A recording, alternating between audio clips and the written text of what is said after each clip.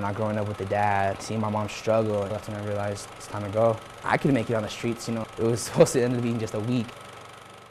That week turned into 3 years for Marcos Gutierrez. There was actually one night where I ended up sleeping in Sunnyside Park. This is not the story of just one student from the South Side. Through my research, I found it's the story of thousands of students on every side of Tucson. It's a huge problem. In fact, a statewide problem. Arizona ranks 36 in the country when it comes to child homelessness. Andrea Foster tells me upwards of 1,600 students need housing help within the Sunnyside Unified School District. A lot of families lost their jobs, they lost homes, domestic violence. Some situations so bad, the state is forced to step in. We've seen a rise in DCS removing students from the home. Other students are simply left behind as a product of a deported parent. They're staying temporarily with relatives or in a motel, a shelter. We had one living in a vehicle. Sunnyside's homeless liaison answers up to 10 calls a day from families in crisis. Calls that go far beyond the need for emergency food and clothing. But our major emergency calls is, where do I go tonight? In the Tucson Unified School District, I uncovered nearly 1,700 students, some only in kindergarten, without a permanent address. Instead, they're living doubled up at motels, shelters, or even campgrounds. I looked through the numbers and found the issue of homeless students also exists in districts outside the city limit. School is the only stable thing in the student's life. Under federal law known as the McKinney-Vento Act, districts must make it that way when everything outside of the classroom is anything but stable. To do that, $80,000 of Sunnyside's budget is set aside to offer these students basic needs. Tucson's largest district budgets a little more than $100,000. But the reality is, that money doesn't go far enough. Gutierrez knows that firsthand. I felt like I was screaming for help, but nobody was helping me, so I had to help myself. Of the nearly 50 homeless senior students at Sunnyside last year, half of them wore the cap and gown. The district's graduation rate is 70%. As for Marcos Gutierrez, after 3 years on his own, he'll graduate this year. If you would like to help out any of these districts that are in need, visit our website right now at TucsonNewsNow.com. I'm Jenna Lee for KOLD News 13, live, local, late breaking. This is one of the very few situations in which making a mistake isn't acceptable. And I made a mistake. Fell from the top of a 35-foot cliff. We got 30 knot winds coming down the canyon. I remember, seeing a giant boulder coming at my chest. A little bit of dust right here. The rocks were coming at me. He's in real bad shape. 2 broken legs. Eric Hanton is just one of the hundreds of people rescued in the mountains of Tucson. I dug up the numbers and found nearly 200 people were rescued this past year alone, and more than 1,000 have been rescued since 2010. We have a subject inside. Romero Pass, mother and son lost and without water. Target is now on you. Sabino Canyon Trail, stroke victim. I'm getting into position. Finger Rock Trail, 70-year-old fell 40 feet down a ravine. And you foot the bill for all those rescues, regardless of how or why they happen.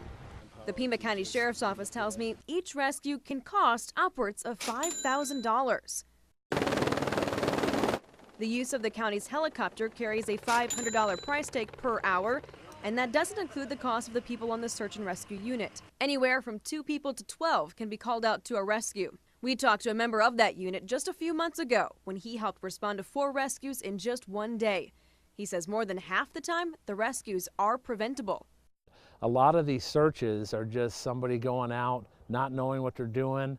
Jane Larkindale and Jim Holmes volunteer for the Southern Arizona Rescue Association, which works alongside the paid members of the Sheriff's Office unit. These time I've been on that have lasted 12, 15 hours where you're going way into the backwoods, hiking a long way in to get somebody who's lost back out. Some Tucsonans think the hikers should face a fee for the time and money spent on those rescues, similar to how drivers pay up if they need water rescuing as part of Arizona's stupid motorist law.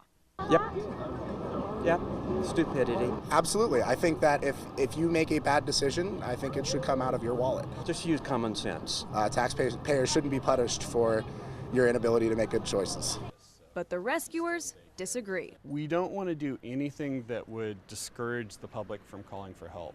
If they delay because they're afraid that there's going to be an expense associated with the rescue, it makes our job harder. I'm Jenna Lee for KOLD News 13, live, local, late breaking. I plug it in right there, and the car is now charging. Robert Bulacek has been an electric car driver for nearly a year. Well, I wanted to be more sustainable. I wanted to stop using fossil fuels. Since last June, he spent just $50 to charge his Nissan Leaf. It's super cheap to operate. The power comes from this, a Blink Level 2 charging station. Level 2 means it can take several hours to reach a full charge depending on the car's battery. So I'll go 25 miles on what this charger will give me in an hour. There are 120 Blink charging stations in Tucson, the result of a 2009 effort among 5 states paid for by federal grant money. It was a $99 million project, and it didn't go as planned. Colleen Crownenshield, once a part of that project, says it never really took off for a lot of reasons. Blink's owner, Ecotality, filed for bankruptcy just a few years after the launch. Blink was later bought out by Car Charging Group. Still, problems remain. So this one doesn't work. I did a search on Blink's website and found 13 of its charging stations aren't working. So if they're down, they're not down for long. But even some of the functioning chargers aren't being used. I collected numbers from Tucson's energy manager. Last year, of the 6 Blink charging stations owned by the city of Tucson, there were 108 uses. The majority of them were at Pennington Garage, 92 charges, followed by 8 charges each at High Corbett Field and Thomas O'Price Service Center. Between 2013 and 2014, the city profited just $250 from those stations. The city says demand is simply low. Bulacek believes he knows why. 98% of your charging happens in your own garage. And he says the location of the Blink stations is to blame. What this area is really missing is the fast chargers between cities. Almost all of the Blink stations were placed in and around the city, with just one along I-10 connecting Tucson and Phoenix. People don't want to purchase a car that they're only going to be able to use right around their home. So what's being done right now to change that? Well, a new effort is underway thanks to the Clean Cities Coalition to create a network of fast, easy-to-use chargers along routes from Tucson to Phoenix, Yuma, and San Diego. The end goal is to see a charging station about every 45 miles so that drivers are comfortable connecting to major cities. All of it without a dollar of taxpayer money. To learn how, check out this story on our website at TucsonNewsNow.com. I'm Jenna Lee for KOLD News 13, live, local, late breaking. Let the search begin on your phone, online. You know you're moving, but where to? Scammers could really care less. Their sights are set on one thing, your money, and maybe even more than that. But not if you're able to beat them at their own game. I think that was the worst part. It was how frustrating it was. Laura Atkinson and her husband began searching for a new Tucson home months ago. Rentalhomes.com and Zillow and Trulia. Not long into the online legwork, got an email back from a man. Something suspicious happened. Or was it sincere? How happy he is that you're interested in his home. Just moved with his family. How he's got a 20-year-old daughter that's in college. It's friendly, made me feel really comfortable in the beginning. But something didn't add up.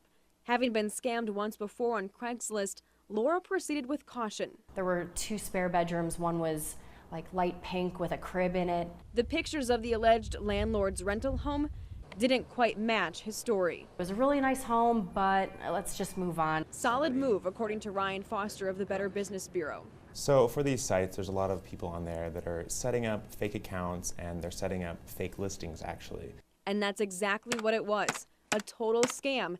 And ultimately, the listing was taken down. I mean, anyone can fall for one of these. They're getting more and more information on you, so they can personalize these emails. And that was the scary part, because the first initial email I received, I mean, he seemed like a real person. What's even scarier, once a scammer unlocks the key to your personal information, they have front door access to everything from your bank accounts to credit cards. If you do send them money, you're going to be out that money. You're going to have your information out there to people that are not reputable.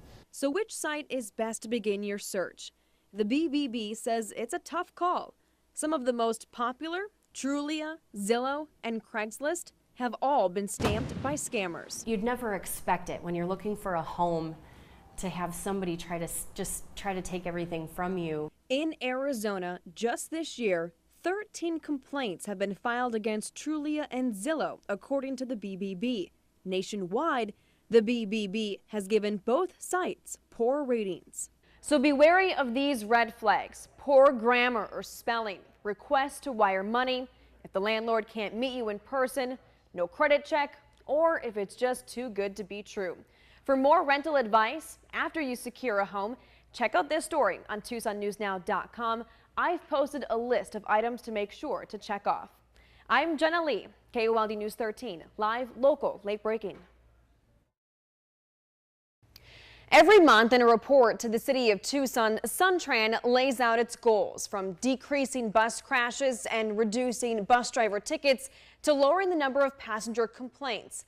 I've poured through a year's worth of safety reports and found alarming numbers, potentially giving reason to doubt the company's reaching its goals and meeting expectations.